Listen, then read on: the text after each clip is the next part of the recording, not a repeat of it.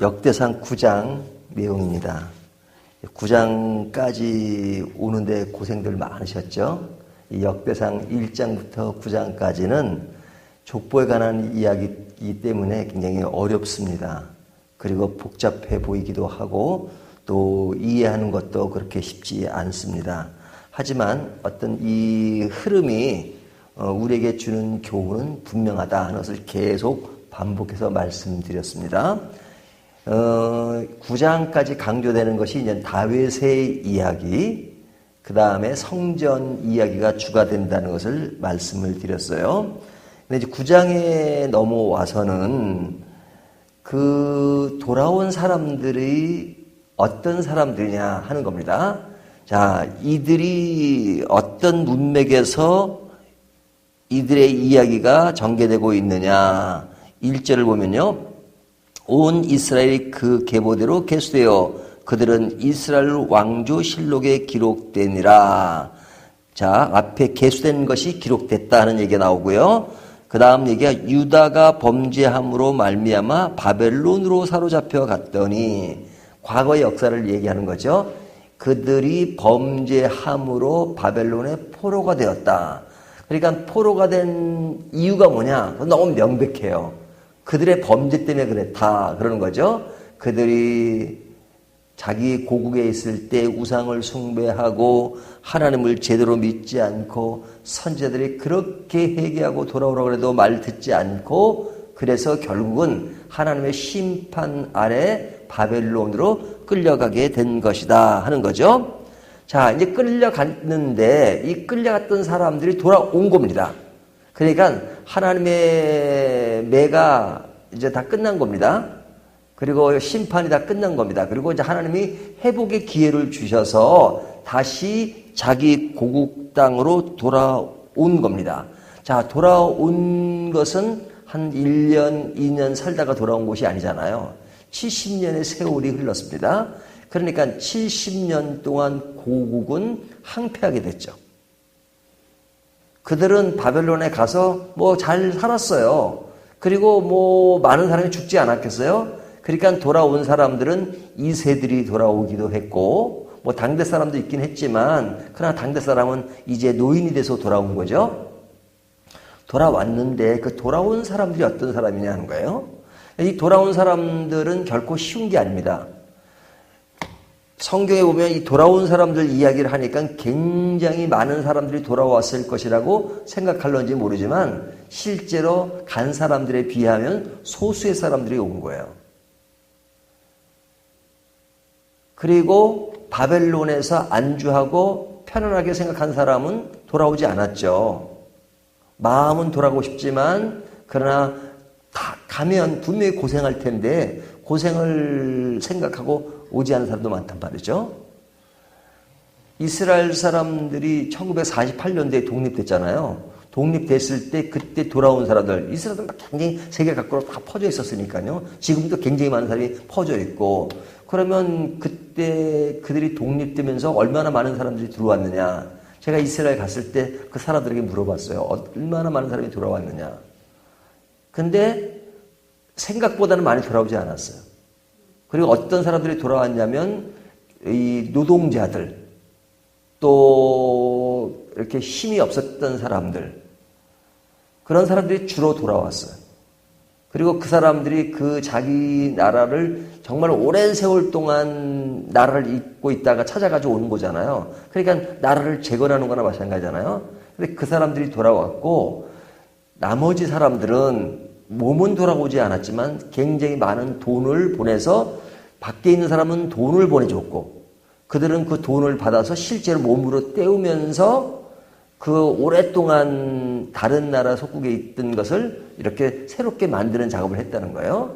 근데 지금 상황도 마찬가지입니다. 70년 동안 이들이 바벨론 포로로 있다가 돌아온 사람은 그렇게 많은 사람들이 아니에요. 그리고 그렇게 온 사람들은 뭘 생각하고 온 사람들이에요? 희생을 각오하고 온 사람들이죠. 왜? 지금 나라를 새롭게 재건해야 되니까. 근데 어떤 사람들이 왔느냐 하는 것이 이제 2절에 나오는데요.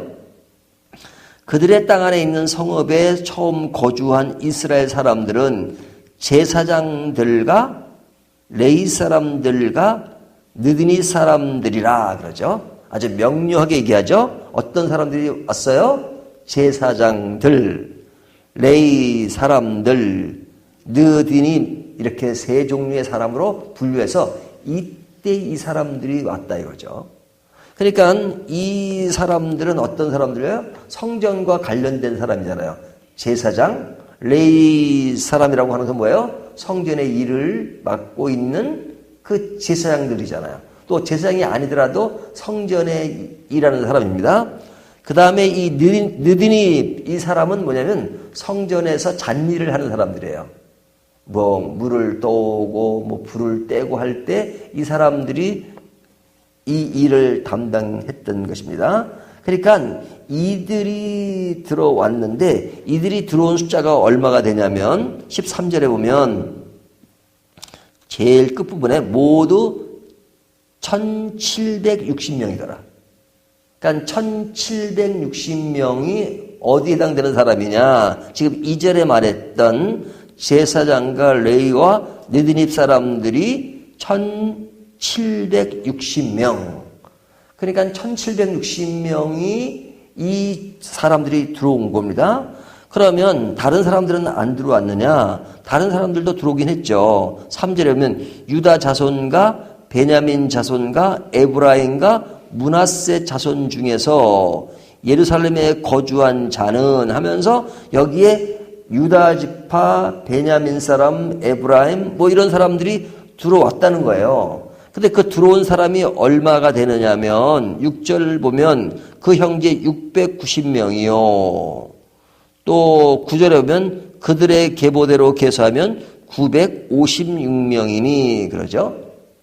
그러니까 690명, 956명 이런 사람들이 여기 앞에 있는 그런 유다 지파, 베냐민 자손 뭐 이런 사람들인데 그들이 들어왔는데 그들보다도 여기 10절 돌아온 레인에 대한 그 숫자가 1760명.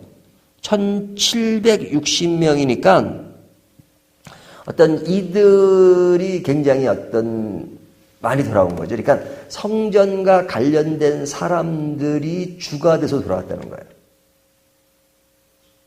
그러니까 이런 사람들이 헌신된 사람들이에요. 그 헌신된 사람들이 뭐냐면 그들이 제일 먼저 땅에 와서 성전 재건을 힘써야 되는 사람들이니까 그들의 온 사람들이 1760명. 굉장히 많은 사람인 것처럼 보이지만 끌려간 사람들이야 뭐 진짜 엄청나게 많은 사람들이죠. 그 중에 1700명 정도 되는 것은 진짜 소수에 불과한 겁니다.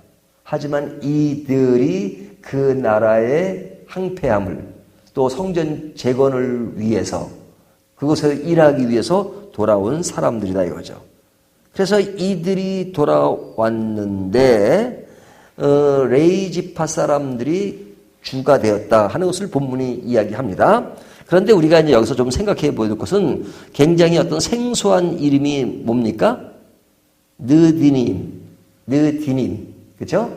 그 생소하죠. 발음하기도 힘들어요, 그렇죠? 느디님. 이 사람들이 어떤 사람이냐? 성전에서 일할 때 굉장히 힘든 일, 잔일을 한 사람이에요. 막일한 사람입니다. 그러면 이 사람들이 불을 떼야 되잖아요.